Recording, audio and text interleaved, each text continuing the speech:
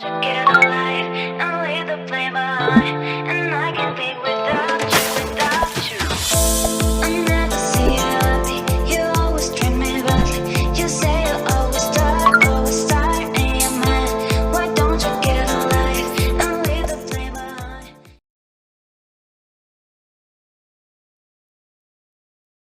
Assalamualaikum warahmatullahi wabarakatuh. Waalaikumsalam warahmatullahi wabarakatuh.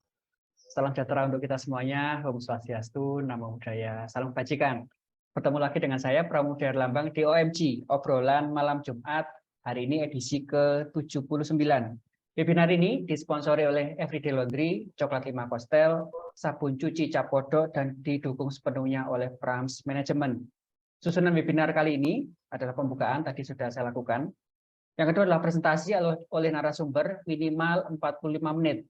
Nanti jika Bapak Ibu ada pertanyaan di tengah-tengah presentasi dari narasumber, silakan ditulis di kolom chat.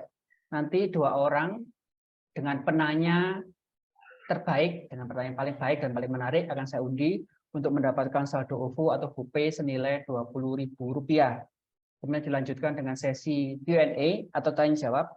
Yang keempat adalah Zoom UMKM Expo. Jadi Bapak Ibu yang baru pertama kali join di webinar kali ini, maksud dan tujuan Zoom UMKM Expo, jadi Bapak Ibu boleh mempromosikan bisnis dan usahanya, berbicara langsung di depan kamera maksimal 3 menit. Mau tidak berupa tayangan video atau brosur. Ini ada tujuan pendidikannya Bapak Ibu, agar Bapak Ibu berani berbicara di depan kamera. Kemudian dilanjutkan sesi foto bersama. Yang keenam adalah closing statement dan pengumuman menang, dan diakhiri dengan penutup. Materi yang kita bahas pada malam hari ini adalah pengelolaan arsip yang akan dibawakan oleh Pak Asep Suryana. Beliau adalah praktisi pengelolaan arsip. Tanpa berpanjang kata lagi, kita sambut narasumber terfavorit di Indonesia, Kang Asep Suryana. Silakan Kang. Iya, makasih Pak Pram. Ya, suara saya jelas ya Pak ya? Jelas. Cukup jelas suara saya? Oke. Jelas. Ya. Makasih. Oke, Selamat malam. Assalamualaikum. Waalaikumsalam. Selamat malam. Assalamualaikum warahmatullahi wabarakatuh. Ya. Waalaikumsalam. Salam sejahtera bagi kita semua. Dan hari ini adalah hari ya malam Jumat ya, sesuai dengan tema kita yaitu OMG, obrolan malam Jumat ya. Saya juga baru tahu kalau OMG itu obrolan malam Jumat ya. Tapi menarik ya. Nah, di materi kali ini kita memang membicarakan mengenai arsip ya. Tapi sebelumnya saya akan share dulu. Pak Pram izin share ya? Ya, silakan Pak. Nah, oke, terlihat. Sebelum saya memulai panjang lebar berkenaan dengan materi, saya izinkan dulu saya mengenalkan diri ya. Nama saya Asep Suryana dan saya memang sesuai dengan yang dijelaskan oleh Pak Pram adalah praktisi arsip ya. Saya juga menjabat sebagai ahli K3 umum ya, dan di perusahaan saya juga menjabat sebagai MR atau manajemen representatif dari ISO Integration 9001, ISO Mutu, dan 45001 ISO safety ya, ISO K3 ya. Dan saya juga seorang dosen di STIMIK Bani Saleh. Jadi ya anggaplah pertemuan kali ini saya mengisi 3 SKS ya, 3 SKS untuk teman-teman semuanya di sini ya. Nah, kemarin kalau nggak salah saya sebelumnya itu melihat ada pemaparan materi tentang SOP ya. Pemaparan materi tentang K3 untuk pengusaha juga ya. Jadi nyambung semua tuh dengan apa yang sempat yang kita akan bahas ya. Karena memang arsip itu ya dekat dengan SOP, arsip itu dekat dengan K3, dan semuanya dekat ya. Karena memang arsip itu adalah sebuah dokumen atau material yang harus kita amankan, harus kita benahi, harus kita pelihara supaya memang dokumen atau arsip ini menjadi barang bukti yang sah yang memang harus kita pelihara. Ya.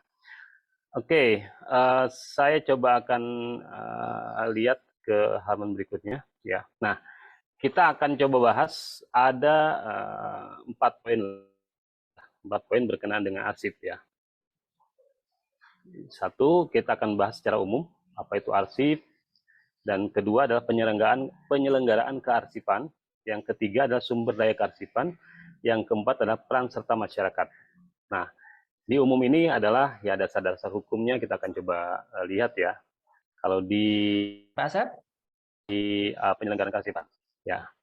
Sebelumnya mempelajari berkenaan dengan arsip ini, teman-teman semuanya, atau belum sama sekali ya? Sepertinya belum Nah, ya, jadi Pak. kalau saya cerita arsip ya, belum ya. Kalau saya cerita arsip, saya itu di perusahaan, sorry ini akhirnya internet saya naik turun nih. Ya, jadi saya di perusahaan arsip itu, saya itu mengelola arsip. Memang disebut praktis itu adalah praktisi ya. Jadi kita mengelola arsip-arsip milik tempat kita secara aman. Ya Pak, Ya, putus kah? putus-putus saya. Putus-putus Oke, sorry. ya Ya. oke, boleh.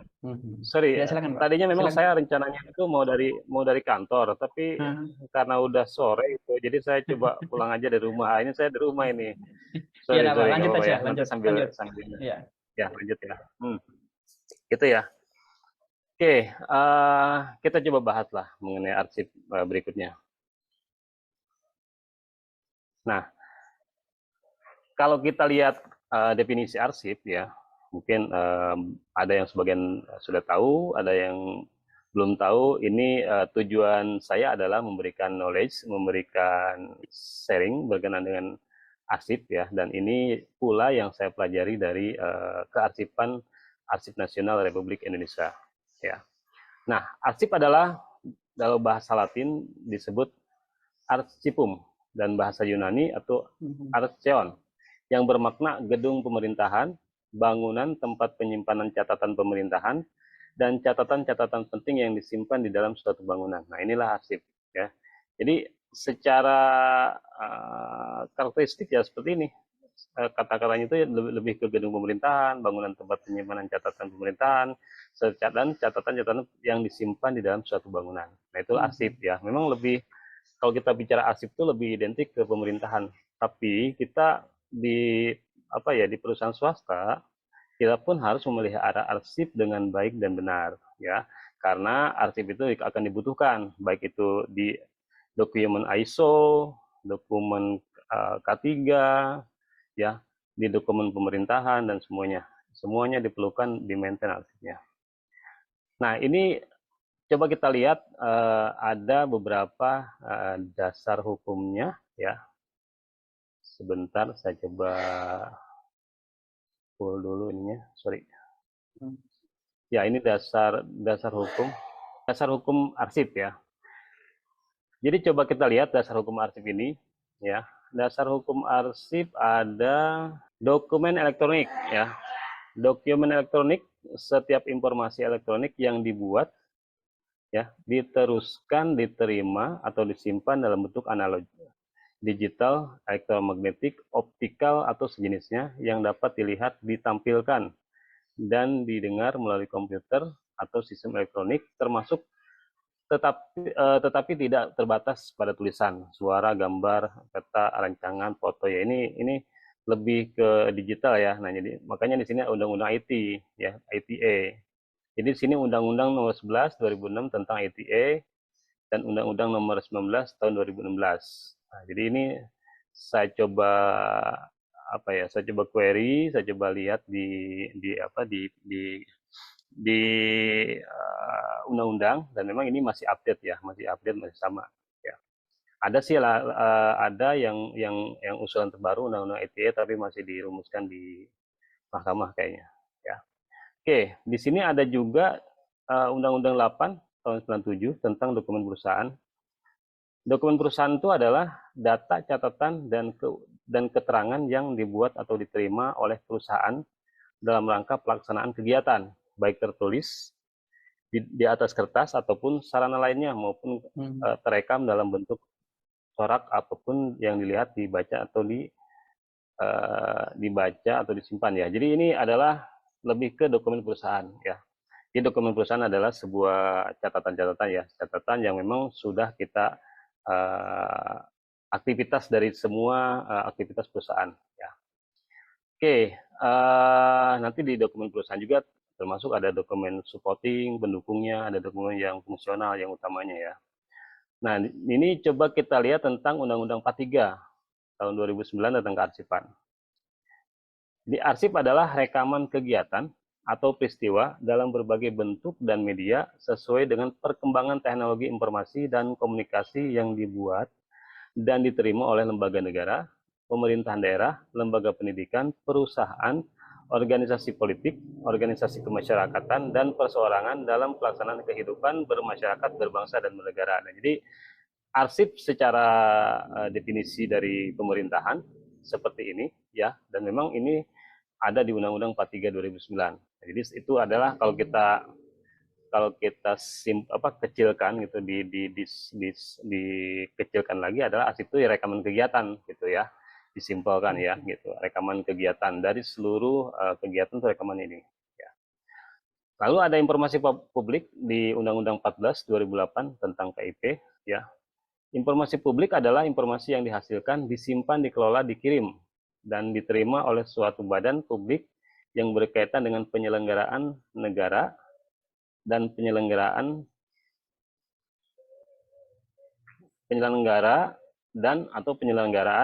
badan publik lainnya yang sesuai dengan undang-undang ini serta diinformasikan lainnya berkaitan dengan kepentingan publik ya. Jadi lebih ke undang-undang publik ya, informasi publik gitu.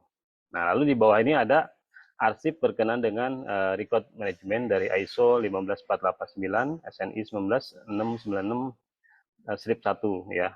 Jadi coba kita baca nih. Arsip adalah informasi yang diciptakan, diterima, dan dipelihara oleh organisasi atau perseorangan sebagai bukti dan informasi untuk memenuhi kewajiban hukum atau transaksi kerja. Nah, ini ya. Jadi ini adalah dasar hukum kita semua. Kalau kita berbicara dokumen perusahaan, kita bicaranya Undang-Undang 8 tahun 97. Kalau misalnya kearsipan, kita bicara Undang-Undang 43 2009. Oke, kita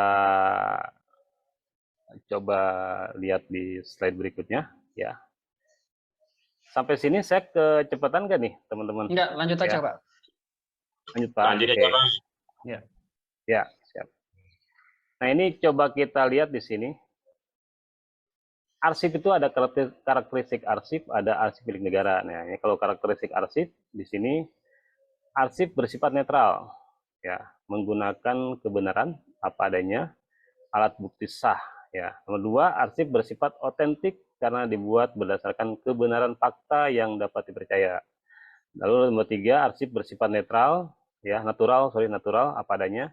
Arsip bukan dokumen yang dikumpulkan sebagai objek museum atau perpustakaan, tetapi tercipta karena kegiatan praktis sehari-hari suatu kantor atau tujuan administratif. Arsip bersifat keterpaduan, yaitu adanya saling berkaitan arsip satu dengan arsip yang lainnya. Nah, ini adalah karakteristik arsip ya. Semuanya kalau kita bicara arsip ya seperti ini karakteristiknya gitu ya. Jadi saling berkaitan satu dengan yang lain ya, apa adanya ya. Kalau misalnya arsip itu dimanipulasi ya akan beda, akan kelihatan gitu, karena memang arsip itu adalah sifatnya natural, sifatnya apa adanya, sifatnya otentik ya gitu. Arsip milik negara ya, artinya arsip yang tercipta dari kegiatan lembaga negara dan kegiatan yang menggunakan sumber dana negara dinyatakan sebagai arsip milik negara. Nah, jadi ini kegiatan negara ya, misalnya dari mulai kabupaten, masuk ke provinsi, masuk lagi ke lembaga negara, itu semua adalah arsip tercipta yang memang atas dasar sumber dana dari negara ya, dari pemerintahan.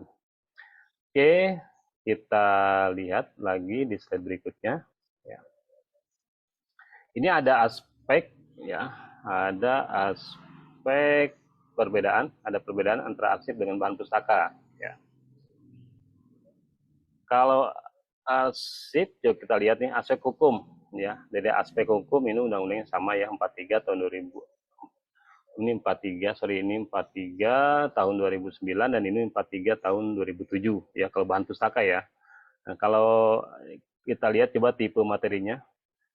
Kalau arsip itu tipe materinya tidak diterbitkan atau unpublished ya. Jadi ya arsip itu apa adanya yang tadi itu ya. Jadi bukan diterbitkan misalnya kayak buku. Kalau buku kan di Undang-Undang 43 2007 diterbitkan, dipublish, dia terbitan tahun berapa, tahun berapa, tahun berapa.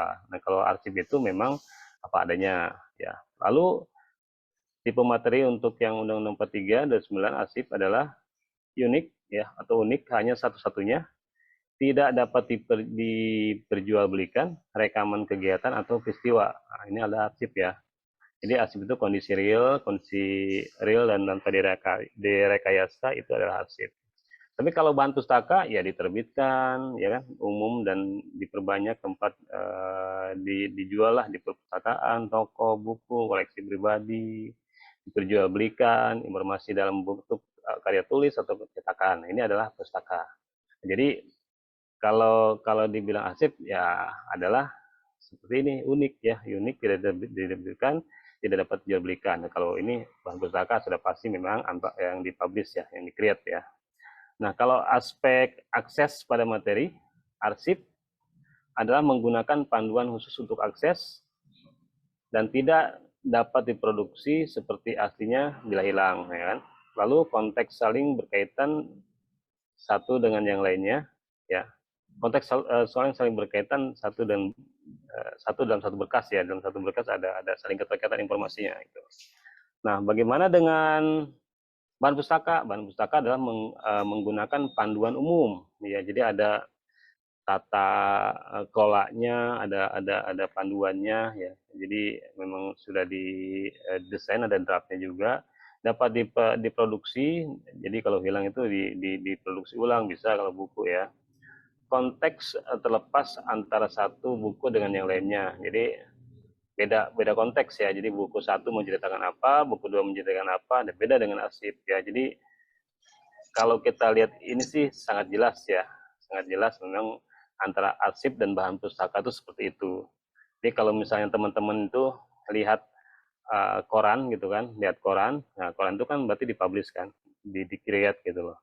Nah itu, tapi korannya udah lama nih, korannya udah tahun 45 gitu kan jadi arsip, itu jadi arsip statis. Walaupun mungkin bisa diproduksi lagi, tapi dia arsip statis yang bernilai sejarah gitu. Oke, kita coba buka lagi di slide berikutnya. Ya, nah ini teman-teman bisa lihat nih jenis arsip berdasarkan medianya. Ya, ini ada arsip elektronik, ada arsip film, ya, ada arsip video, ada arsip audio, ya, ini zaman dulu ya, kaset ini, beta, ya. Ini ada arsip microfilm, ada arsip fotograf, ya. Ini adalah arsip media baru, new arsip, ya. Nah, kalau di sini arsip kertas atau tekstual, lalu ada arsip kartografi atau ini lebih ke kartografi and arsitektural ya, arsip konvensional, arsip ya.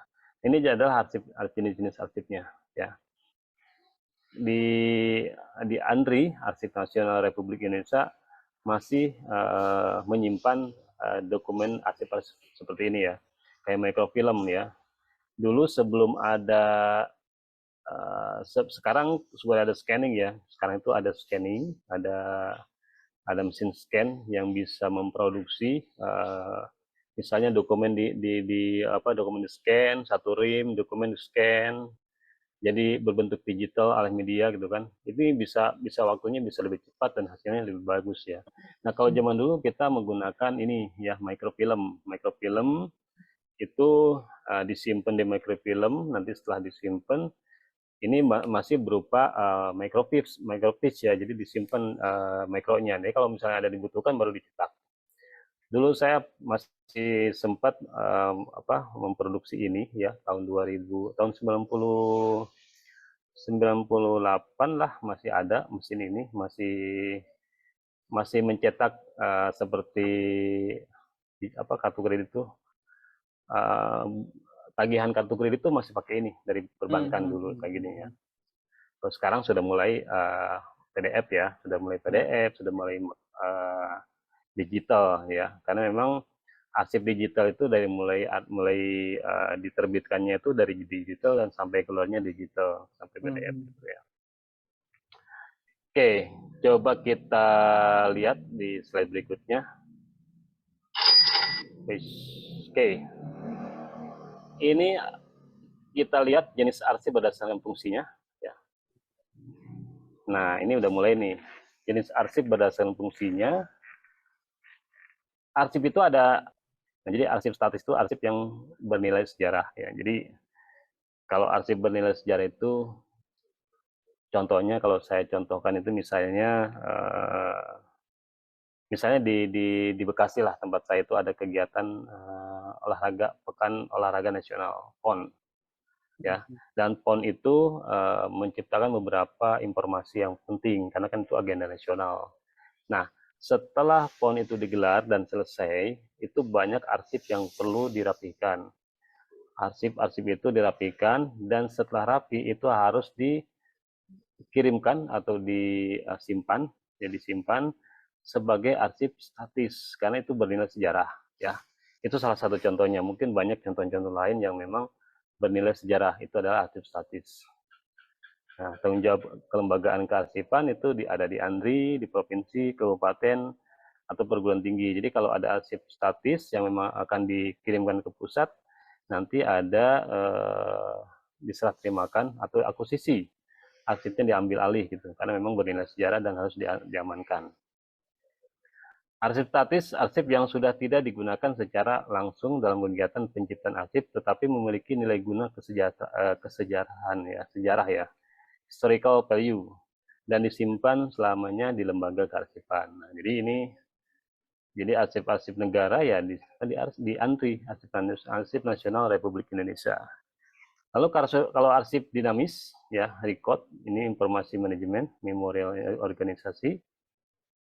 Arsip itu ada arsip aktif, arsip vital. Lalu kalau arsip aktif itu sudah tidak digunakan lagi atau sudah menurun penggunaannya, itu menjadi arsip inaktif. Ya, bisa dilihat di layar di sini arsip inaktif. Jadi nanti arsip aktif kalau tidak digunakan lagi menjadi arsip inaktif. Lalu setelah inaktif, ini dipilah nih, apakah ini memang ada bernilai sejarah, ya, ini masuk ke sini ke arsip statis. Tapi kalau tidak bernilai sejarah, maka harus dimusnahkan dengan apa? Ini ada metode pemusnahannya dengan jadwal retensi arsip. Jadi arsip itu ada retentionnya. Jadi arsip itu jangan sampai arsip lama kita masih simpen padahal tuh sudah nggak berguna lagi ya. Jadi ada jadwal retensi arsip. Jadi ada acuannya kalau kita mau menghancurkan arsip itu ada acuannya ya. Tanggung jawabnya siapa? Nah, di sini kita lihat tanggung jawabnya.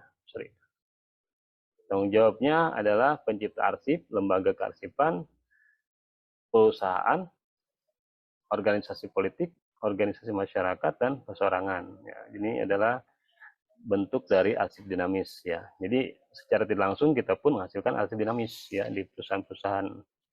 Kalau kita lembaga kebutuhan ke perusahaan jasa gitu kan, kita memproduksi sebuah dokumen itu ada misalnya ada transaksi yang diciptakan itu adalah arsip dan arsip itu ada batas waktu penyimpanannya ya.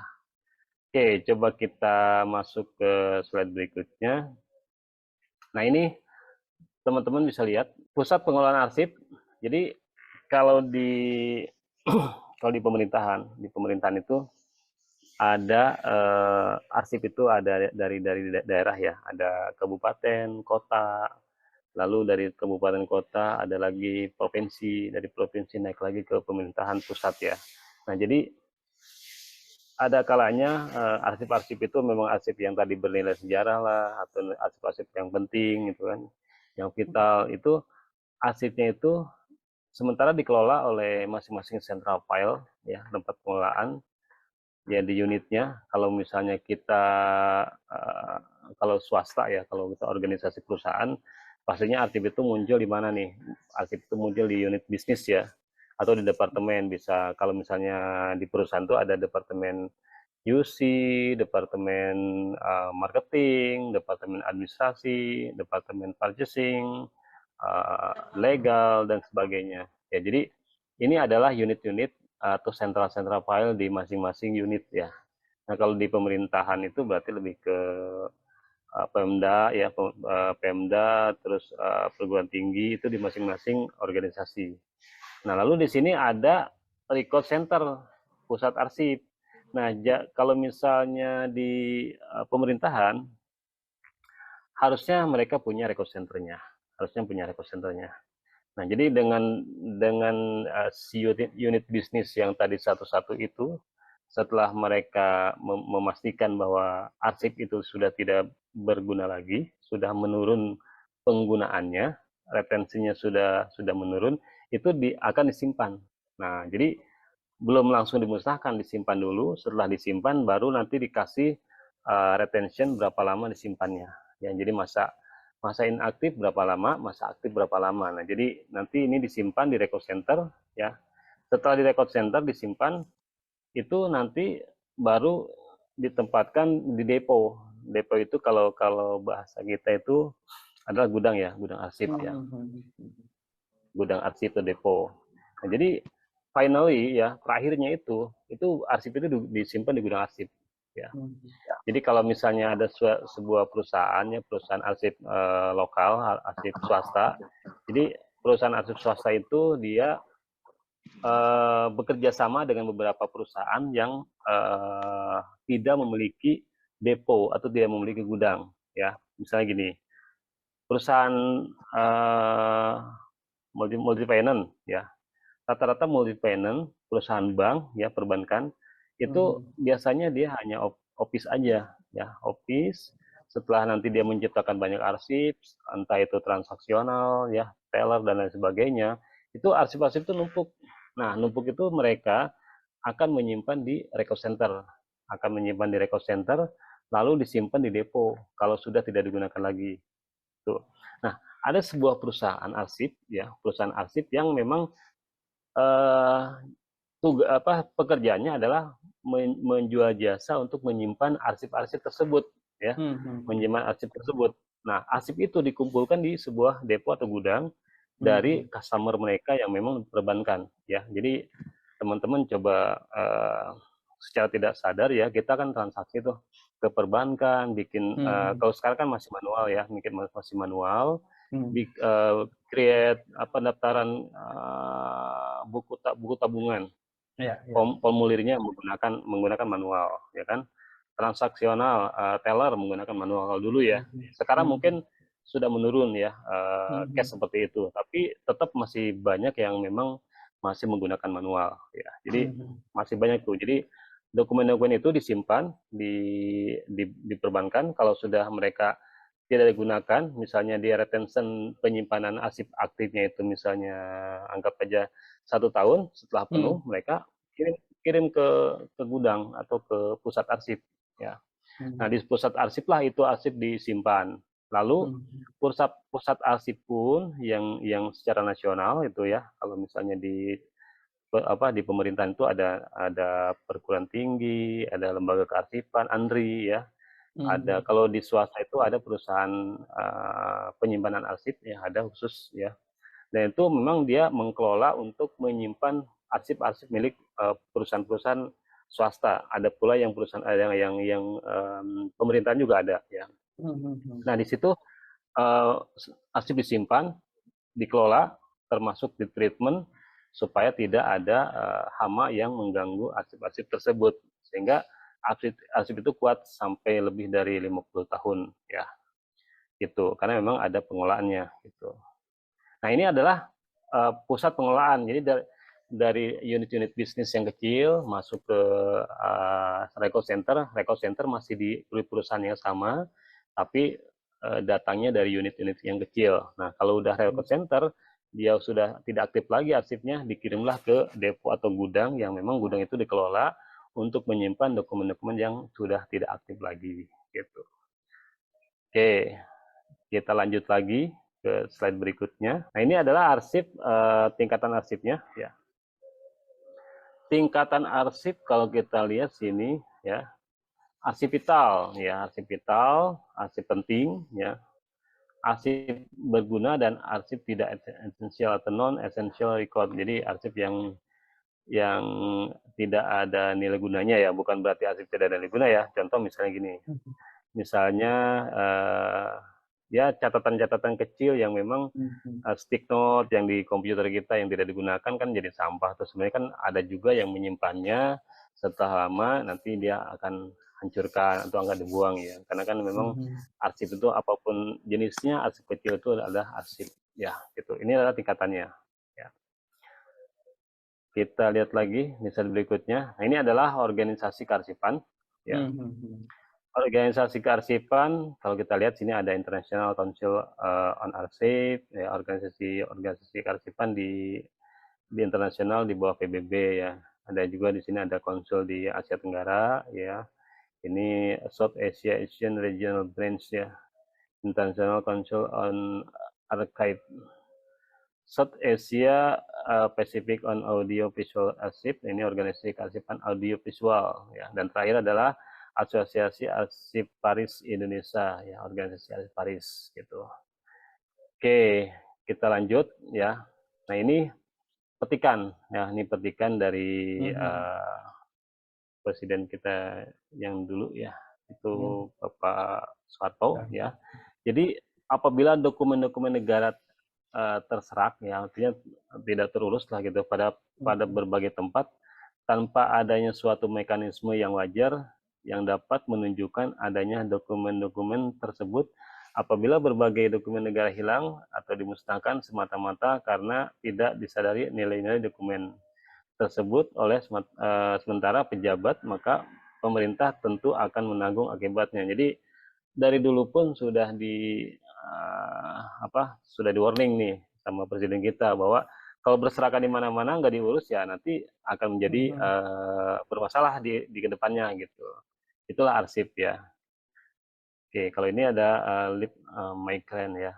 A word without arsip would be a word without a memory. Jadi kalau nggak ada arsip ya nggak ada memori gitu kan. No culture, no legal, no right ya. No understanding of the root of history and science and no identity. Gitu kan. Nggak ada identitasnya segala macam ya. Oke, kita lihat di slide berikutnya. Nah ini dalam suatu sistem kearsipan nasional. Oke, yang didukung oleh sumber daya manusia, prasarana, dan sarana, serta sumber daya lainnya.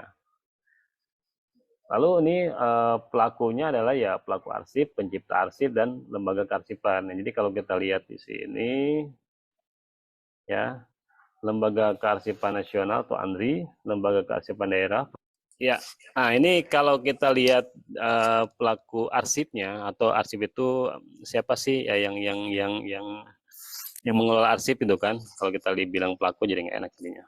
Nah, pencipta arsipnya itu adalah lembaga negara, pemerintahan daerah, lembaga pendidikan, perusahaan, organisasi politik, organisasi masyarakat, dan perorangan. Ini adalah pencipta arsipnya. Lembaga kearsipannya adalah Lembaga Kearsipan Nasional, ANRI ya. Lembaga Kearsipan Daerah, Provinsi, dan kota ya. Lembaga Kearsipan Perguruan Tinggi. Jadi ini di lembaga pemerintahan ya. Nah, kalau kita di swasta itu ya pencipta arsipnya adalah kita-kita yang memang ada di departemen, ada di business unit ya.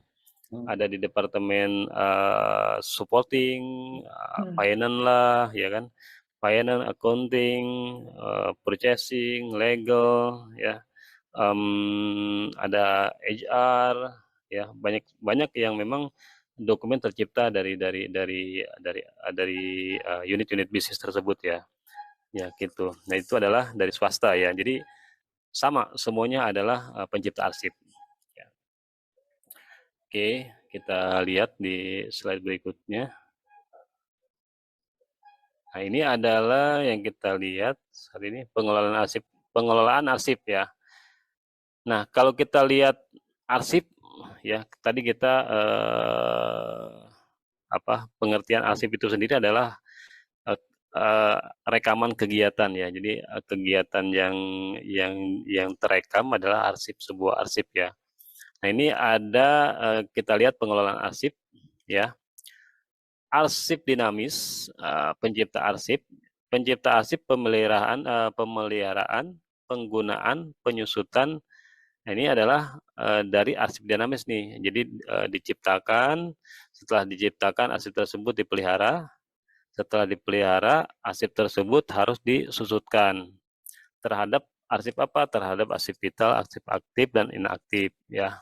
Arsip vital itu arsip yang penting ya. Arsip vital itu arsip penting dan arsip aktif dan inaktif. Lalu di sini arsip statis ya, lembaga kearsipan. Nah, ini arsip statisnya diakuisisi, dikelola, dipreservasi apa diakses ya.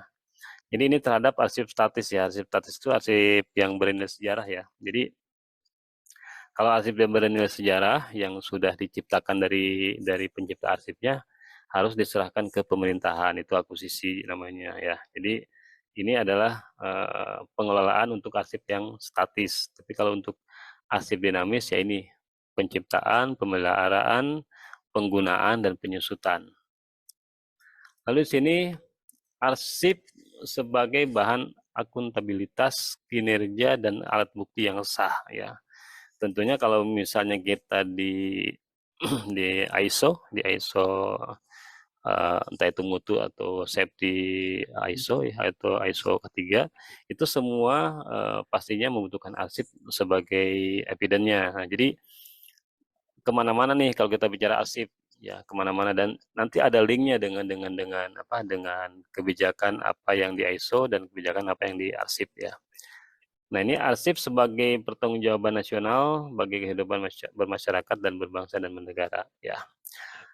Kita lihat lagi di slide berikutnya. Nah, ini ruang lingkup pengelolaan arsip. Pengelolaan arsip itu kalau kita lihat di sini, wah, sambil ini ya, ini naik turun internetnya. Pencipta arsip itu ada lembaga negara, pemerintahan daerah, perguruan tinggi negeri, BUMN, BUMD. Ini adalah pencipta arsip yang muncul dari sisi pemerintahan. Nah, kalau di swasta itu ada unit bisnis, ada departemen atau bagian ya. Nah, ini semua adalah pengelolaan arsip dinamis ya, Lalu melakukan apa? Melakukan penciptaan arsip. Digunakan arsipnya, dipelihara dan disusutkan ya. Disusutkan itu ya jangan sampai arsip menumpuk tanpa kita berani menghancurkannya ya. Jadi kalau kita bicara penyusutan itu kadang-kadang banyak orang yang tidak tahu bahwa harusnya arsip itu jangan sampai menumpuk di gudang ya, dimasukin karung atau dimasukin box yang memang kalau kita buka kita nggak berani menghancurkannya. Kita mau hancurkan takutnya ada yang petik dalamnya. Itu adalah arsip yang tidak dipelihara, yang tidak di maintain, yang tidak di klasifikasikan, sehingga pada saat waktunya disusutan tuh, penyusutan atau retensinya habis itu tidak teridentifikasi ya. Makanya arsip itu untuk apa? Untuk menjamin ketersediaan arsip dalam penyelenggaraan kegiatan sebagai bahan akuntabilitas kinerja dan alat bukti yang sah. Ini adalah arsip. Kita lihat slide berikutnya, dan ini adalah pengelolaan arsip dinamis ya. Pengelolaan arsip dinamis ada di PP 28 tahun 2012 tentang kearsipan. Ini coba kita lihat sini, ada pengelolaan arsip dinamis yang kalau saya tunjukkan pakai laser, ini clear. Nah, ini dia. Ya. Ini adalah ini ada penciptaan, ya, ada penggunaan, ada pemeliharaan, ada penyusutan. Jadi ini adalah pengelolaan arsip nih, ya. Lalu pada saat kita menciptakan arsip, tentunya kita harus ada tata naskah dinas. Jadi kalau misalnya tata naskah dinas itu kalau di swasta ya, di perusahaan swasta itu lebih ke draft surat, kop surat. Nah, itu kan tata naskah dinas ya. Jadi ada aturan pada saat pembuatan surat ya, ada formulir dan sebagainya. Lalu ada klasifikasi. Nah, nanti pada saat menciptakan arsip itu ada dibikin klasifikasinya, klasifikasi arsip ya. Ada sistem klasifikasi dan ada keamanan atau akses arsip. Jadi arsip itu tidak arsip itu ada rule aksesnya. Seperti seperti kita login ke aplikasi, kita pun ada role aksesnya. Apakah kita sebagai administrator, sebagai user, atau sebagai user biasa ya. Jadi itu diklasifikasi. Nah ini pun arsip harus seperti itu. Ada keamanannya. Siapa yang boleh mengakses arsip tersebut. Nah ini di penciptaan arsip itu seperti itu, di pembuatan dan penerimaan. Nah ini di sini ada registrasi, distribusi, dan pengendalian. Nah, pengendalian ini adalah yang memang lebih ke klasifikasi dan keamanan aksesnya. Nah, sama di sini dokumen registrasi, distribusi, dan pengendalian. Lalu tahapan keduanya, kalau arsip sudah diciptakan, pastinya digunakan. Nah, ini penggunaan nih. Penggunaan itu ada sistem klasifikasi, keamanan, dan akses arsip. Ini yang tadi saya bilang, ya ini adalah rule aksesnya. Pada saat kita menggunakan arsip, siapa sih yang boleh menggunakan arsip tersebut ya. Kalau saya kemarin sempat lihat itu, ada mahasiswa yang memang dari membuat sebuah aplikasinya itu lebih ke aplikasi kearsipan, jadi dia memberikan hak akses berbeda gitu. Jadi sekarang udah mulai karena memang digitalisasi itu sangat kuat sehingga sekarang merambah ke kearsipan ya. Sudah lama sih sebenarnya sih kearsipan juga sudah ada digitalnya ya. Jadi menyimpan dengan mengalih mediakan dari hard copy menjadi soft copy dengan scanning ya. Nanti hasil scan itu disimpan di drive atau simpan di cloud atau simpan di hard disk atau simpan di server, itu bisa diakses oleh siapa yang mengaksesnya. Itu mungkin yang dibagi hak aksesnya di situ ya. Jadi hard copy-nya disimpan tanpa dibuka-buka sehingga tidak rusak, tanpa disentuh-sentuh, tapi yang sering diakses adalah soft copy-nya. Nah ini sekarang sudah mulai ke situ. Ada beberapa pemerintahan yang memang sudah menggunakan aplikasi tersebut ya, termasuk swasta ya. Jadi termasuk swasta sekarang sudah mulai ada terciptanya arsip itu langsung menggunakan atau langsung setelah jadi arsip itu di-scanning, setelah scanning itu dialihmediakan, simpan di cloud, yang diakses itu adalah kopiannya atau soft copy-nya, bukan hard copy-nya. Itu sekarang udah mulai kayak gitu ya. Adapun kalau kita lihat arsip digital, kalau di pengertian sini arsip digital itu arsip yang memang terciptanya itu melalui digital ya. Kalau misalnya arsip digital itu memang arsip yang alih media, itu masih dibilang arsipnya arsip hard copy, masih sama, bukan digital. Karena disebut arsip digital, ada arsip yang memang terciptanya dari digital. Contoh gini, contoh itu kita membuka rekening, ya sekarang kan sudah mulai itu membuka rekening dengan smartphone. Setelah kita mengisi data-data di smartphone kita, lalu kita submit,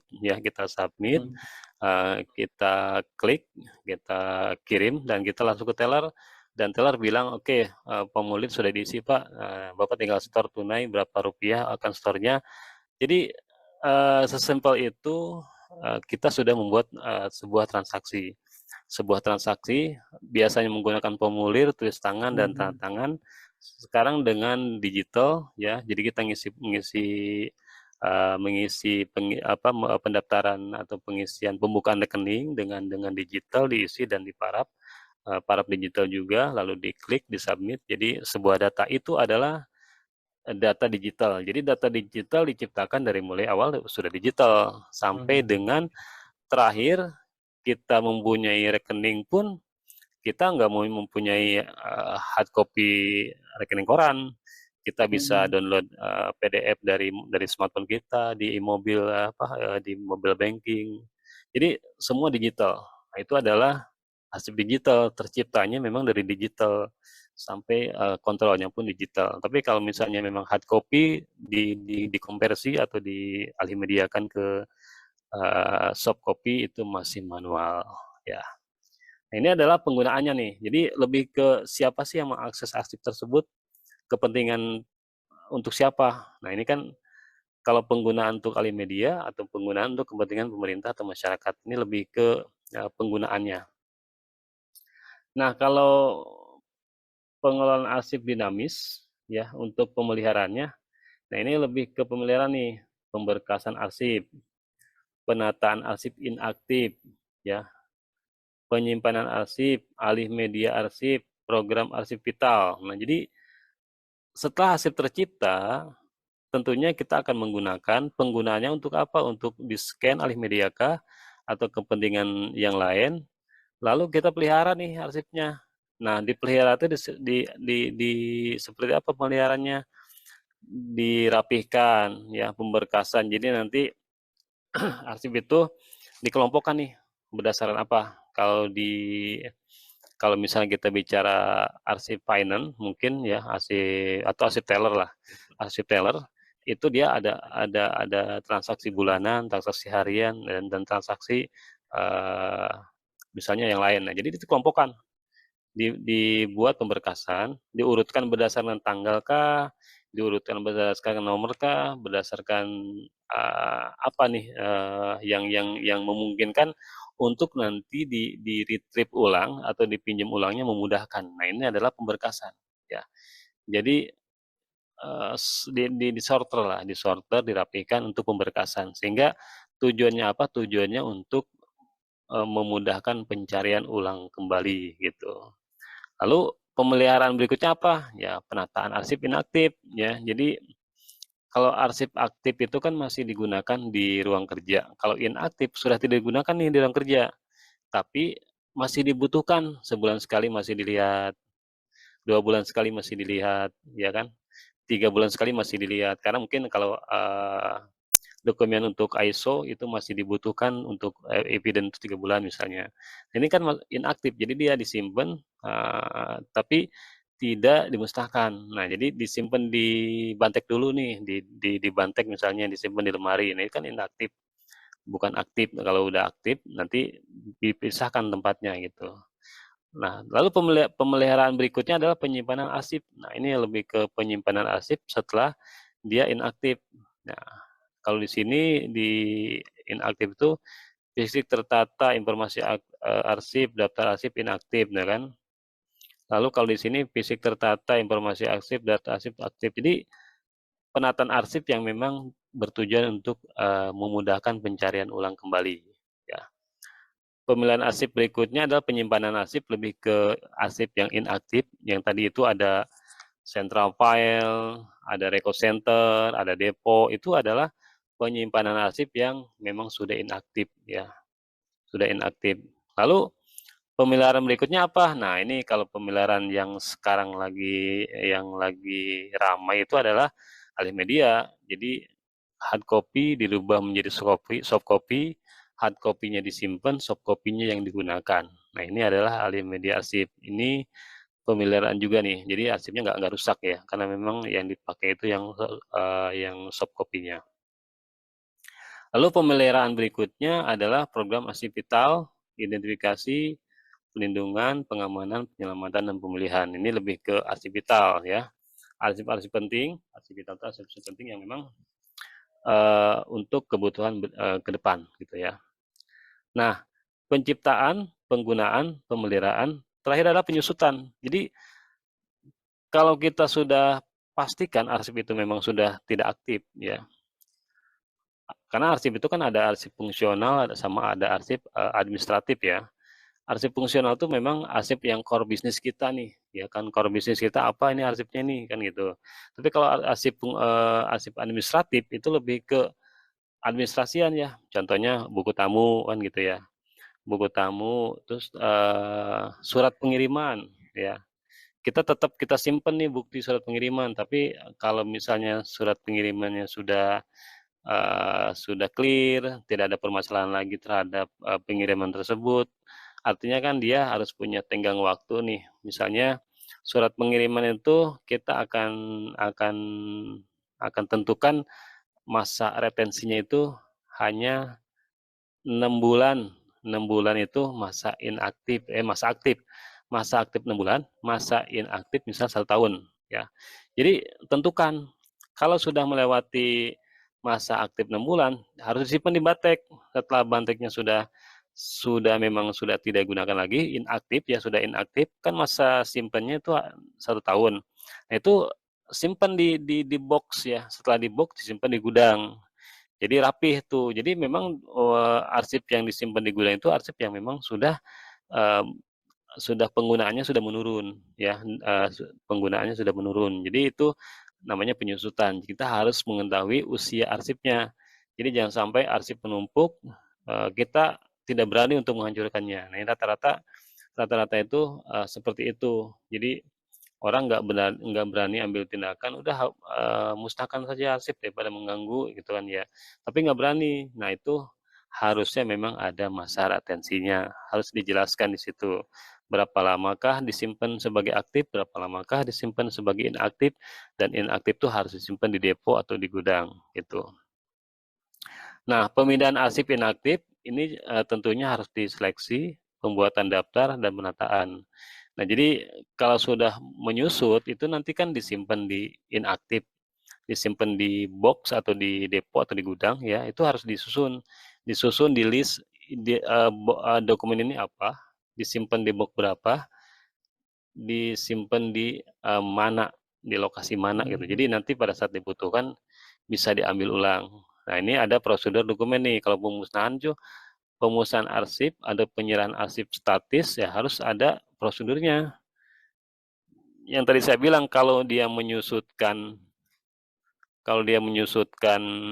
arsip, ya kan, arsip itu ada yang 6 bulan masa aktifnya, ada yang 1 tahun masa inaktifnya. Nah, ini harus dibikin prosedurnya, ya. Misalnya dokumen HRD, HRD itu punya dokumen, lamaran kerja, ya, lamaran kerja. Nah, lamaran kerja itu mau disimpan sampai kapan, gitu kan. Kalau dia, HRD-nya mempunyai karyawannya banyak, kayak manufaktur, dia ribuan orang, masa mau disimpan selama bertahun-tahun kan gitu ya. Nah, jadi lamarannya misalnya, terus ada lagi nih dokumen apa lagi, ijazah, nah itu kan vital. Nah, jadi itu yang diatur sama, sama penyusutan. Itu namanya yang tadi disebut di depan tuh ada, jadwal retensi arsip atau JRA ya. Jadwal retensi arsip. Arsip ini akan dimusnahkan kapan? Arsip ini akan dimusnahkan kapan? Nah, itu jadwal retensi arsip. Jadi kita harus pastikan arsip ini jangan sampai menumpuk tanpa ada status ya. Jadi nanti kalau ada arsip menumpuk tanpa status, ya nanti akibatnya adalah penumpukan yang nggak jelas. Siapapun orang nggak berani ambil tindakan kalau lihat arsip numpuk ya, mau dimusnahkan takut, nggak dimusnahkan tidak rapi gitu. Jadi itu yang memang harus dipastikan arsip itu berapa lama disimpannya ya. Kalau kita mengacu ke standar ISO misalnya, ISO itu menyimpan arsip 6 bulan, karena epiden itu boleh 6 bulan. Selebihnya dibilang ya nggak perlu gitu kan. Nah itu berarti masa retensi arsipnya 6 bulan. Untuk dokumen apa dulu nih? Untuk dokumen misalnya serah terima, dokumen logbook misalnya, atau buku tamu, atau apapun itu yang memang supporting, yang enggak yang bukan core bisnis, itu dibikinlah retensinya berapa lama. Jadi jangan sampai menumpuk gitu ya, seperti itu, lebih ke penyusutan. Penyerahan arsip statis, ya ini lebih ke, kalau penyerahan arsip statis ini lebih ke pemerintahan ya, karena kalau di swasta itu ya arsip statis itu ya walaupun ada memang harus serahkan ke pemerintahan ya, gitu, karena bernilai sejarah gitu ya. Kalaupun memang kalau di swasta ya memang harus disimpan seberapa lama itu, ya kan. Misalnya histori perusahaan itu kan punya agenda misalnya, punya sejarah perusahaan. Nah, itu kan bernilai sejarah tuh. Nah, itu harus disimpan selama memang perusahaan itu masih eksis ya. Nah, itu sama itu bernilai sejarah atau arti statis. Oke, kita lanjut lagi ya. Ini cukup jelas, nanti kalau ada yang kurang jelas nanti bisa tanya lagi lah. Nah, ini sumber daya kearsipan ya. Kalau kita lihat sumber daya kearsipan, elemennya adalah elemen SDM. Kita lihat sini. Nah, sumber daya kearsipan itu pastinya sarana prasarana ya, organisasi, pendanaan, dan sumber daya manusianya. Nah, ini sistem pengelolaannya ya. Sama ya, kalau misalnya kita lihat sumber daya itu ya seperti ini. Kalau di prasarana dan sarana lebih ke pusat arsip, depo arsip, ya gudang, gedung, pengelolaan arsip inaktif dan statis ya. Peralatan, rak arsip, lemari, arsip, box, mesin untuk pengolahan, ada juga mesin untuk shredder ya untuk pemusnahan, perawatan, produksi arsip dan sebagainya. Lalu aplikasi sistem jaringan informasi kearsipan ini udah ada nih kan. Jadi sarana prasarana ini memang penting ya. Jadi penting untuk mensupport sistem pengolahan arsipnya yang biar bagus. Organisasi, unit kearsipan, lembaga kearsipan sama swasta. Swasta juga ada lembaga ya.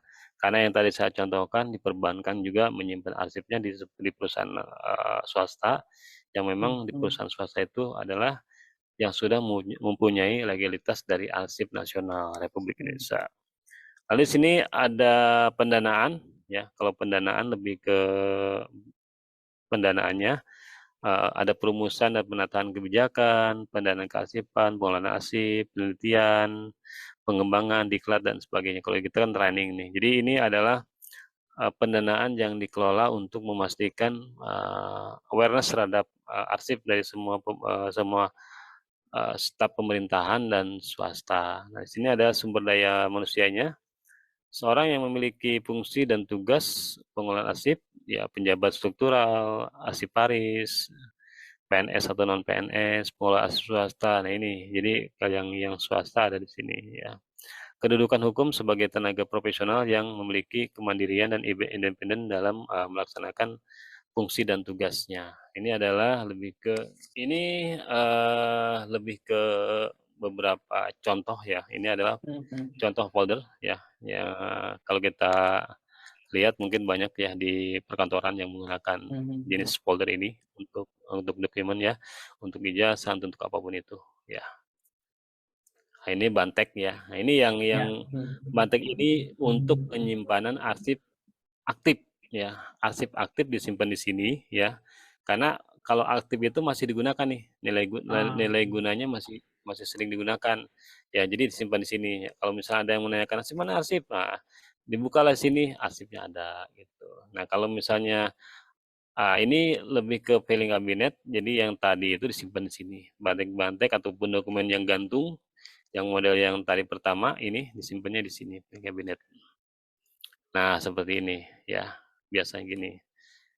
Nah, kalau misalnya zaman sekarang, ini semua dialih mediakan menjadi soft copy atau menjadi hasil scanning, nah ini sudah bisa disimpan di arsip inaktif ya. Jadi disimpan di arsip inaktif menjadi arsip di gudang sehingga tidak memerlukan space lagi untuk di perkantoran. Jadi ini bisa di-scan, disimpan di gudang.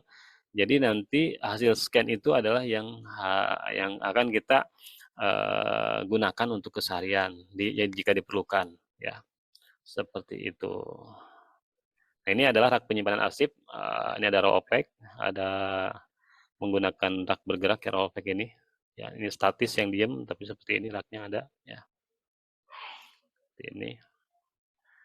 Nah, ini adalah arsip-arsip yang raw opaque yang tadi simple. Contohnya yang tadi. Ya. Nah, ini arsip film ya. Ini arsip yang peta yang disimpan supaya tidak rusak, tetap disimpan seperti ini. Ini peralatan retorasi arsip ya, alih media seperti ini ya. Ini yang mikrofilm, ini micro pitch ya. Jadi, nah ini video aparatur cleaner. Ini layanan arsip ya. Jadi ini tahun 2005 ya, masih udah lama sekali ya. Emang dari dulu pun seperti ini jenis perpustakaan ya. Sekarang sih udah ada perpustakaan digital ya. Di universitas terbuka pun sekarang udah mulai sudah banyak buku-buku digitalnya, ada perpustakaan digital yang memang dikembangkan terus sama UT ya. Nah, ini kalau peran serta masyarakat ya. Peran serta masyarakat, persorangan, organisasi politik dan organisasi masyarakat. Lingkupnya adalah pengelolaan, penyelamatan, penggunaan arsip, penyediaan sumber daya dukungan dan diklat. Jadi ini bisa aja ada training-training, pelatihan-pelatihan. Nah, salah satunya yang share knowledge yang sekarang saya berikan, apa yang saya ketahui ini adalah kita brainstorming aja berkenaan arsip ya. Jadi ini salah satu peran serta masyarakat untuk memberikan informasi berkenaan dengan arsip. Nah, ini adalah lingkup peran serta masyarakat ya.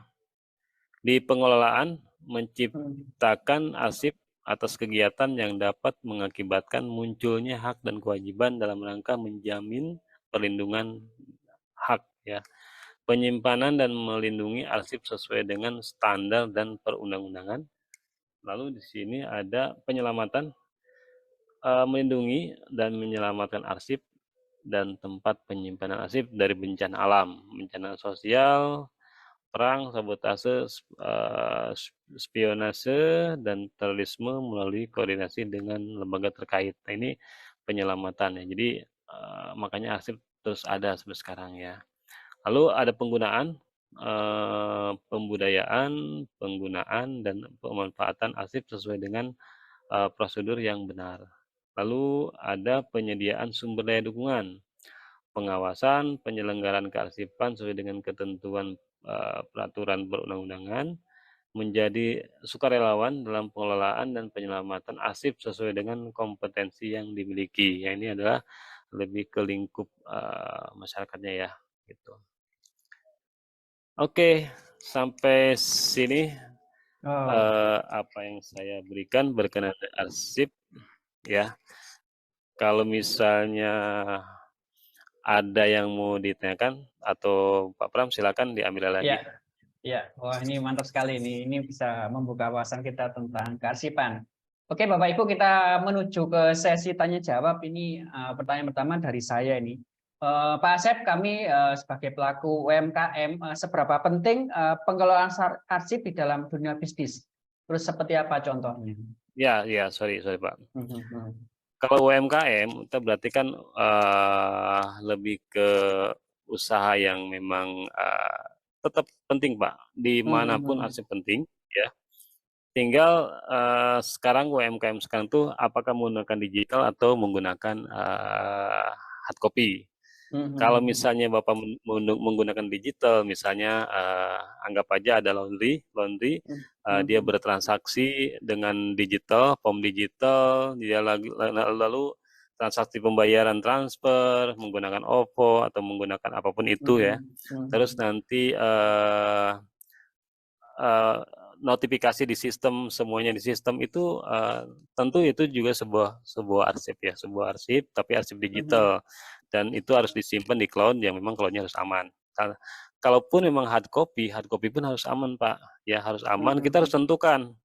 Misalnya transaksi harian, misalnya kita ada transaksi membuat nota penjualan atau transaksi atau kwitansi lah. Kwitansi kita kasih aslinya ke pembeli, ya. Kita simpan di kita ada kopinya. Nah, takutnya ada hal-hal yang kurang, yang ada kekurangan, nanti ada komplain balik, kita harus simpan arsip. Nah, cuman kita harus notif di situ berapa lama komplain diterima setelah pembelian. Jadi kita pun harus menentukan arsip itu berapa lama disimpannya. Nah, kalau arsip itu simpan misalnya dalam waktu 1 bulan, ya udah kita bikin arsip itu 2 bulan, 1 bulan aktif, 1 bulan itu inaktif gitu. Untuk menjaga agar komplain itu tetap bisa dilayanin atau di servis lah gitu. Nah, itu sangat penting Pak berkenaan dengan UMKM pun ya. Dan kita harus Mungkin menentukan Pak Asep bisa stop share dulu. Oh, silakan Pak. Saya stop share. Ah, Oke, ini pertanyaan kedua Pak, tentang kearsipan. Untuk cara pemeliharaan itu, untuk hard copy itu seperti apa Pak? Terus kemudian kalau jika terjadi musibah, itu kalau terjadi kerusakan antara soft copy dan hard copy itu, solusinya bagaimana Pak? Oke, yang tadi itu berkenaan dengan pemeliharaan ya. Iya. Pemeliharaan itu lebih ke yang tadi itu pertama itu kita bisa simpan arsip itu sesuai dengan standar masa retensi ya. Jadi kalau Mhm, kita mempunyai arsip tidak ada retensinya, itu berarti kita tidak pelihara itu ya. Kita mhm, harus tentukan nih yang tadi saya bilang di UMKM tadi, berapa lama dokumen itu akan kita tentukan. mhm, Aktif mhm, misalnya 1 bulan, inaktif 1 bulan, lalu kita musnahkan ya. Nah, mhm, setelah itu kita misalnya punya dokumen untuk di-scan atau dialih mediakan, itu pun salah satu pemeliharaan ya. mhm, mhm, Nah, kalaupun itu arsipnya memang harus kita simpan lebih mhm, lama, misalnya kalau mhm, di perbankan itu ada persyaratan 10 tahun, arsip harus mhm, disimpan 10 tahun.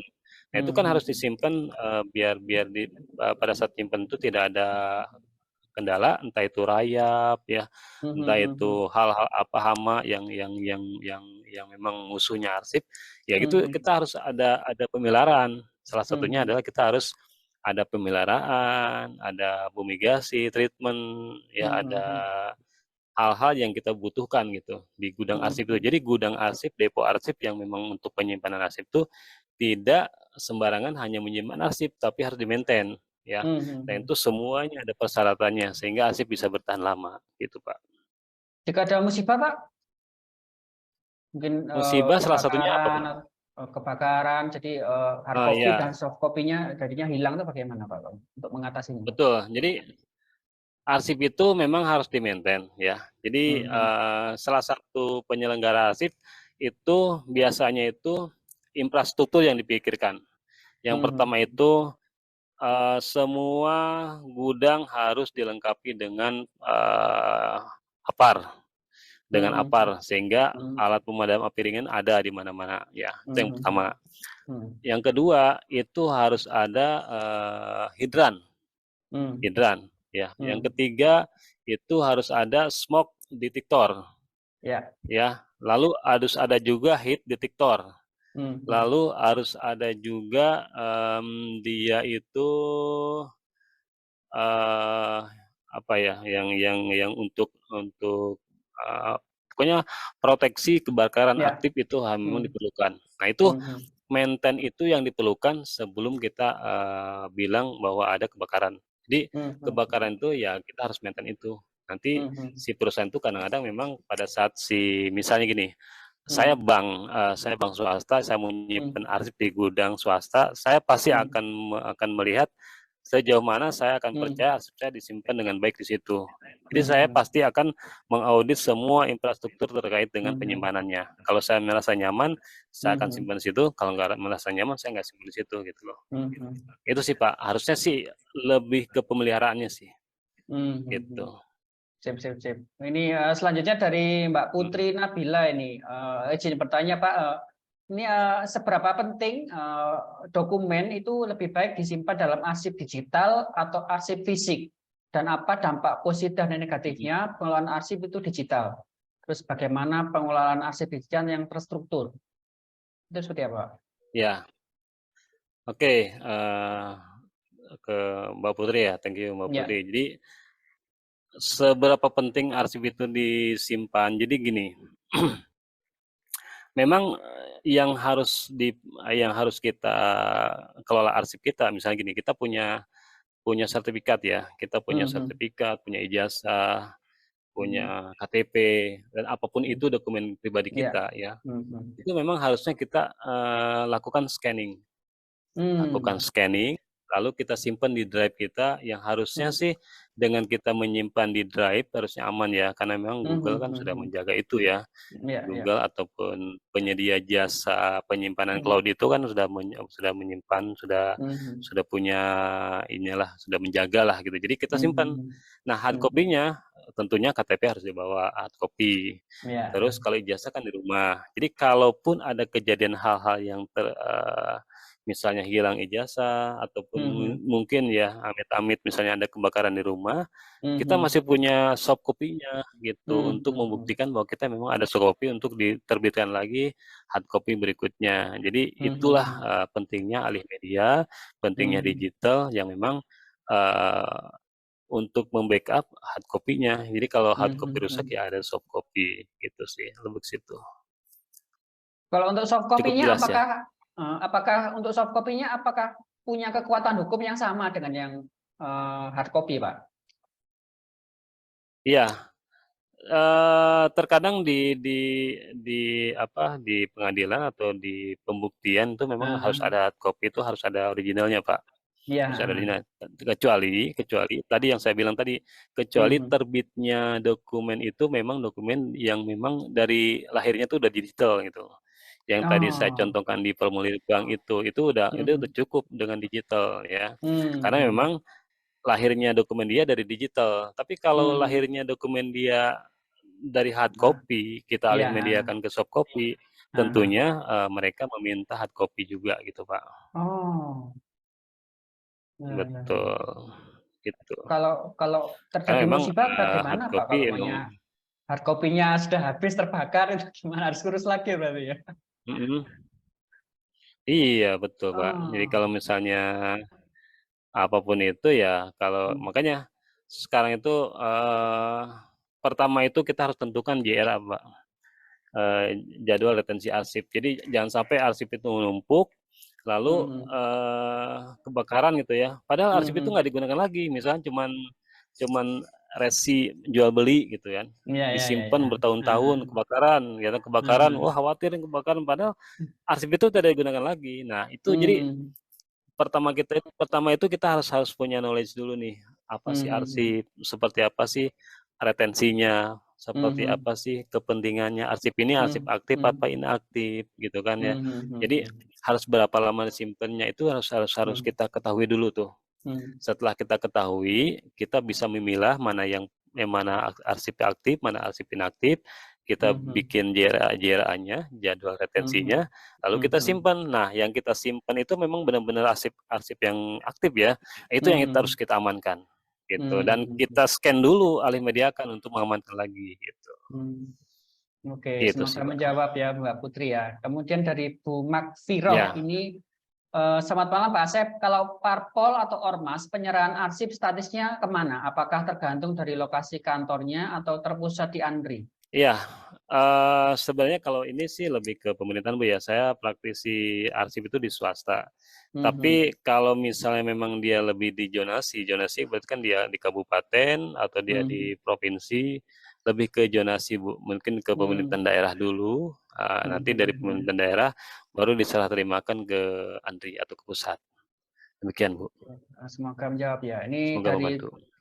selanjutnya dari Pak Guna Setiawan, SOP minimal atau syarat tempat gedung atau ruangan dipakai dijadikan record center itu seperti apa, Pak? Syarat untuk record center sebenarnya tidak ada space yang Mhm. apa ya, Mhm. yang syaratkan berapa berapa ukurannya ya. Yang Mhm. pasti, dia harus punya racking ya. Mhm. Racking itu harus paling tidak 30 meter dari bawah ya.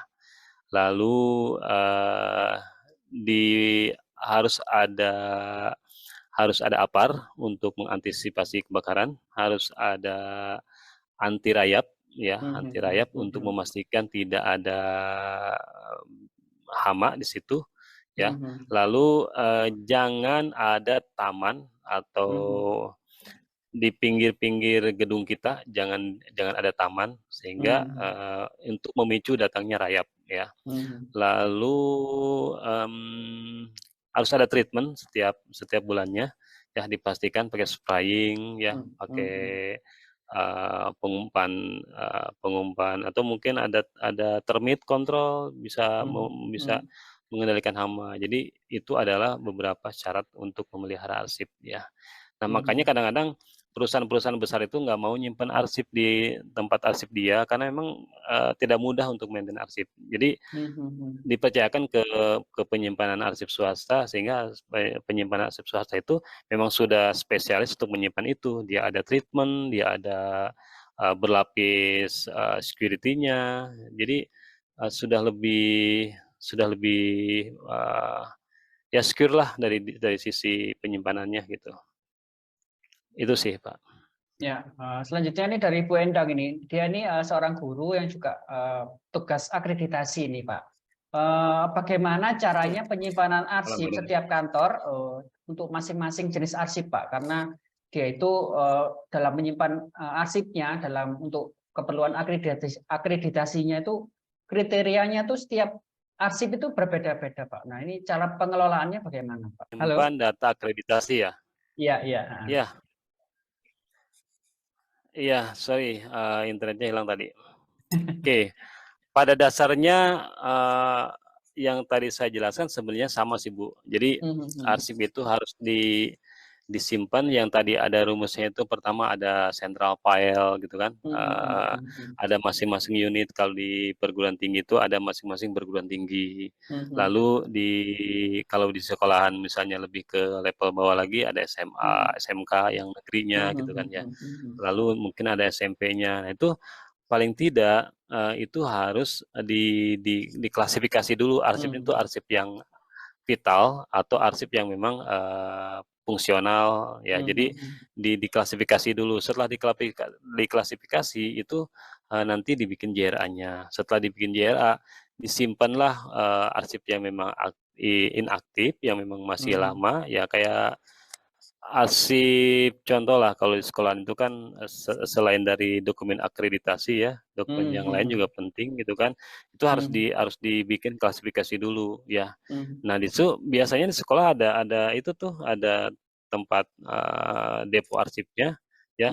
Kalau nggak di pemerintahan daerahnya gitu kan. Nah, itu memang harus ada untuk menyimpan dokumen-dokumen yang memang penting gitu.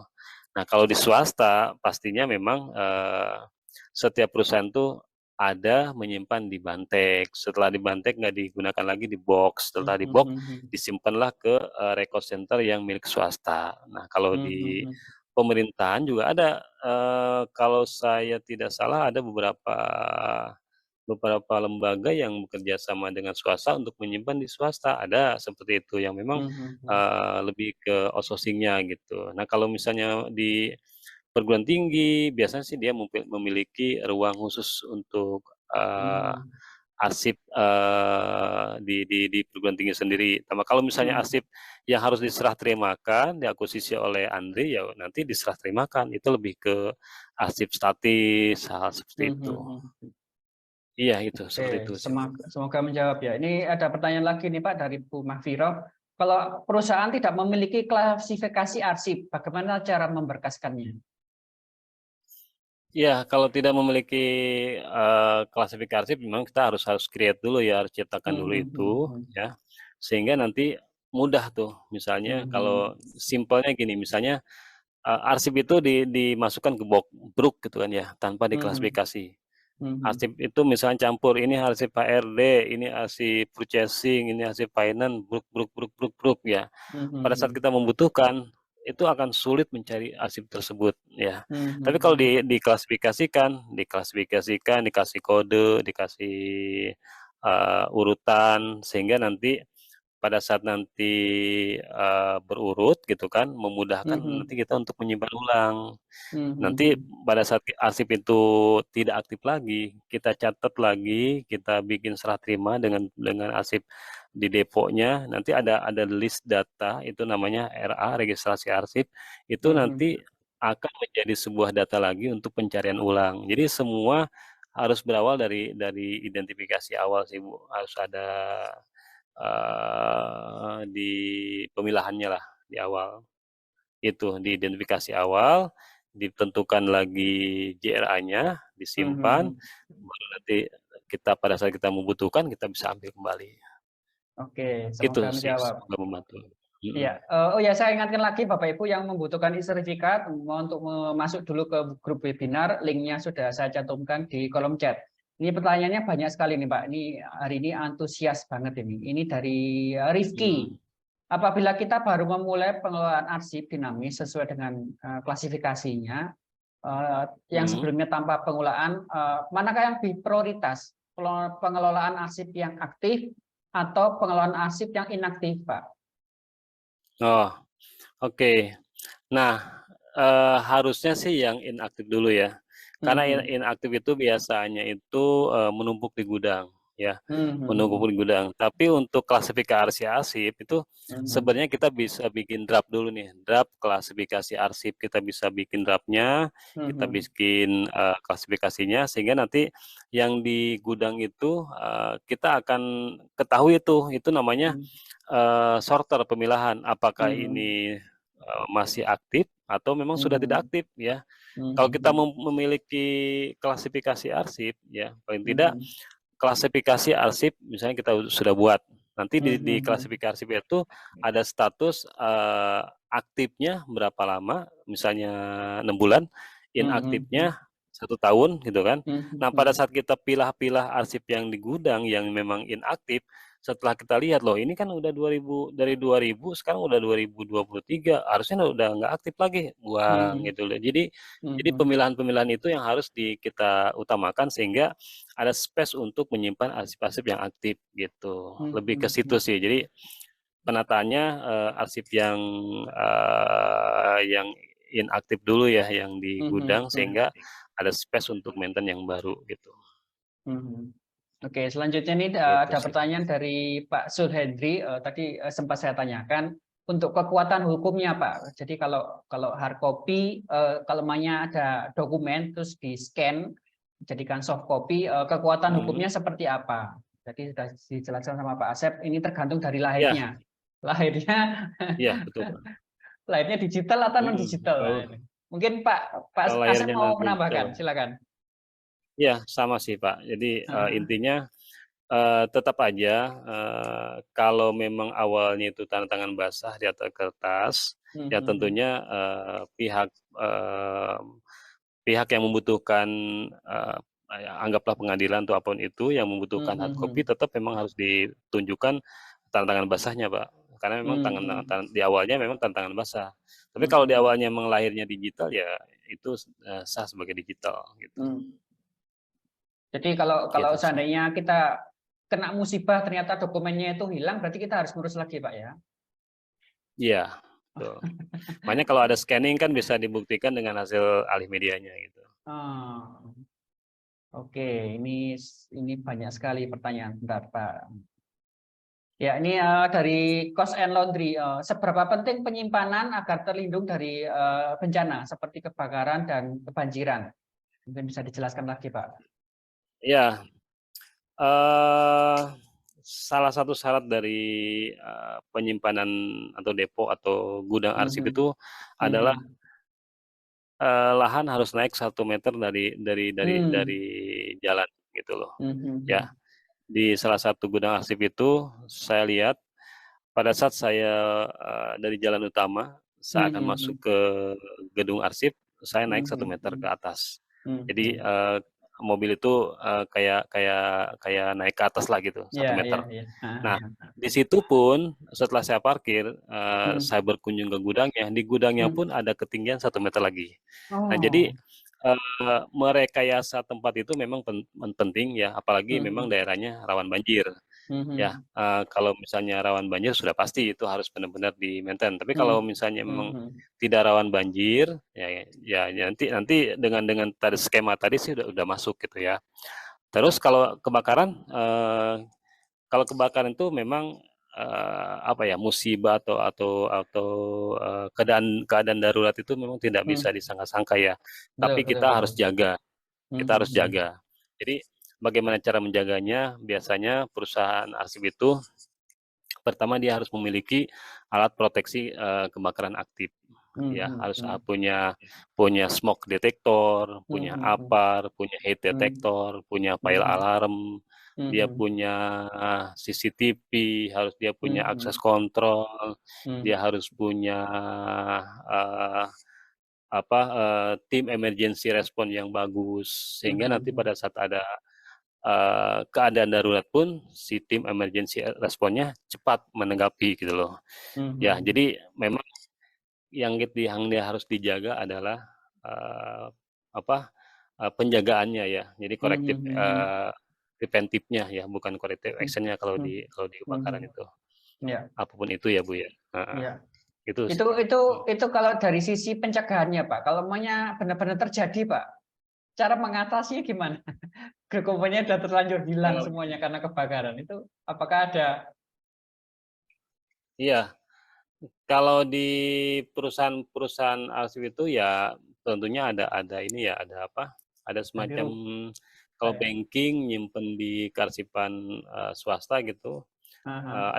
ada semacam asuransi lah, insuran ya, Oh, iya, iya. tapi memang, kita tidak tahu insurannya berapa bernilainya kan Hmm. tergantung dari arsip yang ada kan gitu. Nah, cuman memang, Hmm. ya alhamdulillah lah, memang kita harus maintain arsip itu dari Hmm. infrastrukturnya, dari Hmm. kondisinya gitu, Hmm. semua semua arsip itu, ya Hmm. gitu, itu sih. Oke, ini dari Pak Dendi nih. Ada arsip yang Pak, ada arsip yang gimana yang bisa disimpan sampai puluhan tahun? Mungkin Pak Dendi menanyakan cara penyimpanan kok sampai awet sampai puluhan tahun itu bagaimana, Pak? Oh iya, jadi ada, salah satu apa ya, kayak macam treatment Pak, treatment terhadap Hmm. kertas yang memang itu, Hmm. eee, ada namanya fumigasi ya, namanya Hmm. fumigasi, ada gasing di situ, sehingga si kertas itu aman dari rayap ya. Jadi memang Hmm. musuh pertama itu kan rayap Betul, betul, kalau betul. di kertas ya, kalau dokumen itu rayap. Nah, jadi Hmm. yang harus kita, treatment itu adalah bagaimana Hmm. mengendalikan, supaya, rayap itu tidak menyerang lah gitu. Ya Hmm. salah satunya adalah, kita amankan dengan fumigasi, kita amankan dengan termit, kita Hmm. amankan dengan treatment yang memang setiap bulannya kita lakukan, itu sih. Jadi Hmm. aman dah, gitu. Warna mungkin agak berubah tapi tidak hancur, tapi tidak lengket, gitu. Hmm. Itu sih, Pak. Hmm. Oke, semoga menjawab. Ini dari Pak Denny Setiawan ini. Tadi sudah dijelaskan oleh Pak Asep. Pertanyaannya, kalau arsip ijazah surat tanah terbakar karena terbakar bisa dibuatkan arsip barunya seperti aslinya enggak, Pak ya? Jadi harus ngurus lagi atau bagaimana? Iya, kalau itu lebih ke pemerintahan ya. Jadi memang, Mhm. di pemerintahan bisa, Mhm. apa, di-reprint mungkin ya, di-reprint Mhm. atau dicetak Mhm. ulang, tapi kan kita harus membuktikan, itu memang milik kita yang terbakar. Mhm. Nah, yang tadi itu Mhm. Pak, saran saya sih pertanyaan dari Putri Nabila juga tadi ya, sempat dia tanya Mhm. berkenaan dengan, soft copy. Jadi kita harus scan dulu tuh. Kita Mhm. amankan dulu, kita scan dulu dokumen-dokumen penting kita, entah itu surat Mhm. tanah, KTP, ijazah, Ya, apapun betul. itu kita harus scan, ya. Mhm. Sekarang, scan itu kita tidak harus memerlukan, scanning yang mewah, yang mahal. Mhm. Kita Mhm. perlu scan dengan cam scanner yang dari smartphone aja udah cukup, ya udah bagus, ya. Kita lakukan itu, kita simpan di drive, ya, sudah pasti aman. Jadi kalau Mhm. misalnya ada hal-hal yang, terkait dengan kehilangan, terkait dengan kebakaran dan sebagainya, kita Mhm. punya bukti bahwa kita punya soft copy-nya. Dan di soft copy itu, digital itu punya tanggal, create-nya. Jadi kalau kita create tanggal berapa di situ, di scan-nya berapa, tentunya itu jadi bukti sebuah bahwa bahwa bahwa kita sudah punya soft copy-nya, itu sih, Pak. Ya, wah, semoga menjawab ya. Kemudian ini dari pertanyaan dari Bu Mahfiroh ini menanyakan ke Pak Asep, kalau dari pengalaman Pak Asep, apakah pernah melakukan pengelolaan arsip statis untuk lembaga non pemerintahan? Non-pemerintahan, selama ini sih kita belum pernah, langsung, Hmm. menangani arsip Hmm. statis ya, Hmm. kita hanya menangani penyimpanan, eee, penyimpanan dokumen dalam sebuah box ya, kita tidak tahu Hmm. dokumen itu isinya apa. Karena memang, Hmm. arsip itu, kita tidak berhak untuk membuka arsip di dalamnya gitu. Hmm. Tapi kita hanya menyimpan box saja, gitu sih. Hmm. Ya, kalau untuk, projek untuk pemenahan kita pun belum pernah apa ya, karena arsip statis itu biasanya sih, yang memang dari pemerintahan ya, dari sisi Mhm, pemerintahan berkenaan dengan mhm, kesejarahan ya, kecuali mungkin, di perusahaan punya arsip, statis itu sendiri mungkin itu ada, tapi nggak banyak lah. Biasanya disimpan di ruangan kerja aja, mhm, mhm, sebagai satu bantek aja udah cukup biasanya gitu sih, mhm. gitu Bu. Semoga semoga menjawab ya. Ini dari Pak Denny lagi nih. Bagaimana melakukan estimasi arsip yang rentan terhadap hancurnya bentuk fisik seperti arsip kertas yang hancur karena waktu, sehingga kita bisa melakukan tindakan pencegahan sebelum terjadi, Pak. Estimasinya seperti apa, Pak? Iya iya, eee, kalau misalnya ada berbagai macam cara sih ya, kalau misalnya Mhm, mhm. biasanya cara-cara kita itu kadang-kadang ada yang di-laminating ya, di-laminating, Iya, walaupun iya, itu iya, sebenarnya betul. salah juga sih di-laminating ya, kita Betul, betul, laminating betul. arsipnya supaya nggak Heeh, hancur heeh. itu kan ya, Iya, betul. terus ada juga scanning tadi, kita scanning kan gitu ya. Mhm, Ada mhm. juga yang menggunakan cara yang lebih mewah lagi tadi, menggunakan anti rayap kan gitu ya, anti Betul, rayap itu betul, lebih ke betul, betul. fumigasi, ke Mhm, termit, seperti itu sih, Pak, heeh. mhm. Jadi, penanganannya sih, Pak, kalau misalnya kita simpan di lemari pun, kalau misalnya lemarinya, kadang-kadang ada debu masuk, dia kadang-kadang, jadi apa, warnanya berubah kan gitu Betul, ya. betul, betul, Nah, betul. ya itu kalau misalnya kita rapikan, ya kita masukin kotak, ya paling tidak masukin Mhm, kotak lah, tidak debunya tidak masuk, itu paling mhm, tidak udah aman lah, paling mhm, tidak udah aman mhm. gitu. Iya, seperti itu, Pak.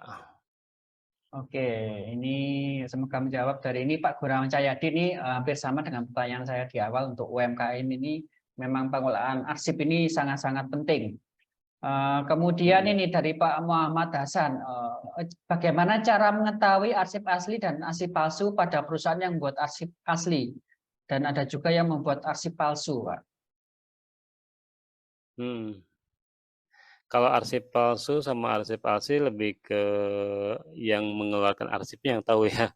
Hmm, hmm, hmm, hmm, Mungkin hmm, bisa dari registrasinya, bisa dari jenis hmm, kertasnya, bisa dari, hmm, eee, jenis fonnya. Makanya hmm, hmm, ada beberapa tadi yang saya sempat jelaskan di awal tuh ada hmm, hmm, draft ya, draft hmm, hmm. atau sebentar bukan draft sih sebutnya itu, eee, bentar Pak, ini ada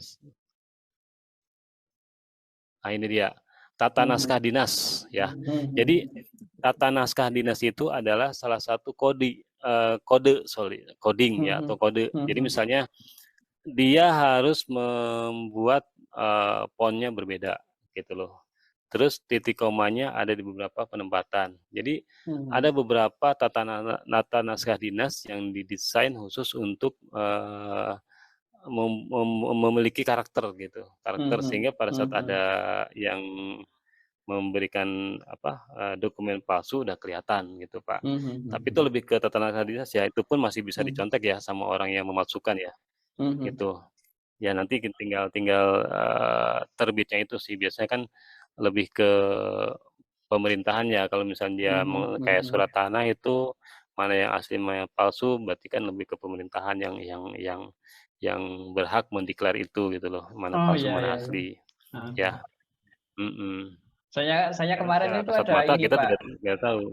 Iya, kemarin itu anu Pak, Mhm. ada contoh kasus, ada orang punya sertifikat tanah, kemudian tiba-tiba ada orang yang apa ya, mengklaim ini tanahnya saya, ternyata Oh, sertifikatnya ganda Pak. Nah ini, iya. ini kok bisa Itu kan ganda bukan ya? bukan palsu berarti kan, itu ganda. Iya Oh, jadi ada orang lain yang mengklaim itu iya tanah milik dia, padahal aslinya dia juga megang ini, megang iya sertifikat tanahnya. Nah ini iya kok bisa iya, sampai dipalsu itu sama lebih orang ke itu bagaimana? ini, Nah, Pak, ini. kalau sertifikat sih lebih banyak banyak itunya ya, mungkin lebih ke ada letters ada nomor atau kode yang memang Mhm, dari nomor, pedesaan di desa juga ada, mhm, letter mhm, C-nya. Jadi sudah jelas sih kalau surat tanah itu, kecuali memang ada oknum yang mencetak 2 Oh, kali dengan iya nama iya. yang berbeda Iya gitu. iya iya iya iya. Kita nggak tahu ya, soalnya kan memang, Mhm mhm. kalau misalnya, eee, ada apa ya, ada tanggal yang memang di-create lebih awal, ya tinggal diadu aja siapa yang lebih awal gitu loh. Mmm, Tanggal mhm mhm. pembuatannya kan gitu, ada kode di situ, Mhm mhm mhm. bisa diitukanlah, bisa ditentukan gitu loh, ya. Ya kalau kalau misalnya sekarang, kalau saya di perusahaan nih, saya di Mhm perusahaan. Di mhm. perusahaan itu kalau saya mencetak surat, ya, contoh Mmm, surat jalan, ya. iya Surat jalan itu kalau saya cetak itu nomornya 001. iya. Pada saat saya mau mencetak surat jalan kedua, 002, ya Betul kan. betul Dan betul. selanjutnya dia nomornya Iya, akan heeh. berubah-berubah terus, gitu loh. Mhm. Nah, saya nggak tahu bagaimana, cara mencetak surat tanah ya, yang memang Mhm. bagaimana untuk mengendalikan adanya pemalsuan gitu. Nah Harusnya itu, sih nah. bisa dan harusnya ada Mhm cara-cara mhm. melakukan itu, ya, cara Mhm melakukan itu. mhm. Karena sampel kecilnya sih bisa harusnya, ya. Mhm. Kecuali ada oknum, saya nggak tahu kalau ada oknum yang memang, di balik itulah gitu. Iya iya iya. Kemudian ini Pak, ini ada pertanyaan terakhir ini dari Pak Denny Setiawan. Untuk hologram arsipnya kalau hilang atau pudar bagaimana Pak? Apakah, masih dianggap asli dan bisa digunakan? Iya. Hologram itu penanda ya, hologram itu Mmm, penanda, yang pasti kalau mhm mhm. misalnya emang nomor registrasinya kan ada hologram, ada nomor registrasi itu yang aman ya. Makanya memang, Mhm eee, kita tuh harus memelihara arsip itu, yang poin-poin penting itu nomor registrasi. Kalau ijazah kan di atas mhm. ada, di bawah ada gitu ya. Mhm mhm. Terus, hologram mungkin salah satunya gitu ya. Kedua Mhm. ya memang scanning lah. Jadi mulai sekarang itu Mhm. harus aware arsip itu. Ya memang kita harus, alih mediakan dulu nih yang Mhm dokumen-dokumen mhm. penting kita.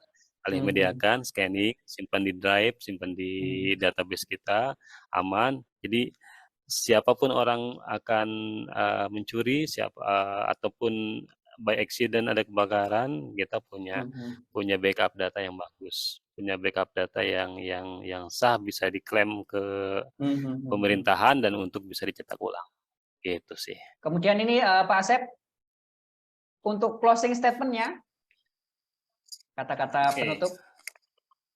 Closing statement dari saya sih, pertama, mulai sekarang kita harus aware terhadap arsip, ya, karena arsip itu adalah bukti otentik yang memang harus kita serahkan pada saat kita dibutuhkan, ya. Mhm mhm. Lalu mulai sekarang juga kita harus menata arsip, kita harus me-maintain arsip, kita harus membuat jadwal retensi arsip sehingga arsip tidak menumpuk dan berani untuk menghancurkan. Karena dengan kita tidak mengetahui, tanggal dan jadwal retensinya, habisnya arsip kapan, kita akan kebingungan untuk menghancurkannya. Mulai sekarang, rapi-rapi itu semua, kita pisahkan mana arsip yang memang sudah masa retensinya habis, masa aktifnya masih ada, kita pisahkan, kita hancurkan, nggak ragu-ragu lagi, sehingga semuanya bisa berjalan sesuai dengan, konsep kearsipan itu sendiri. Demikian Pak dari saya. Semoga Oke. membantu dan semoga sharing ini bisa bermanfaat.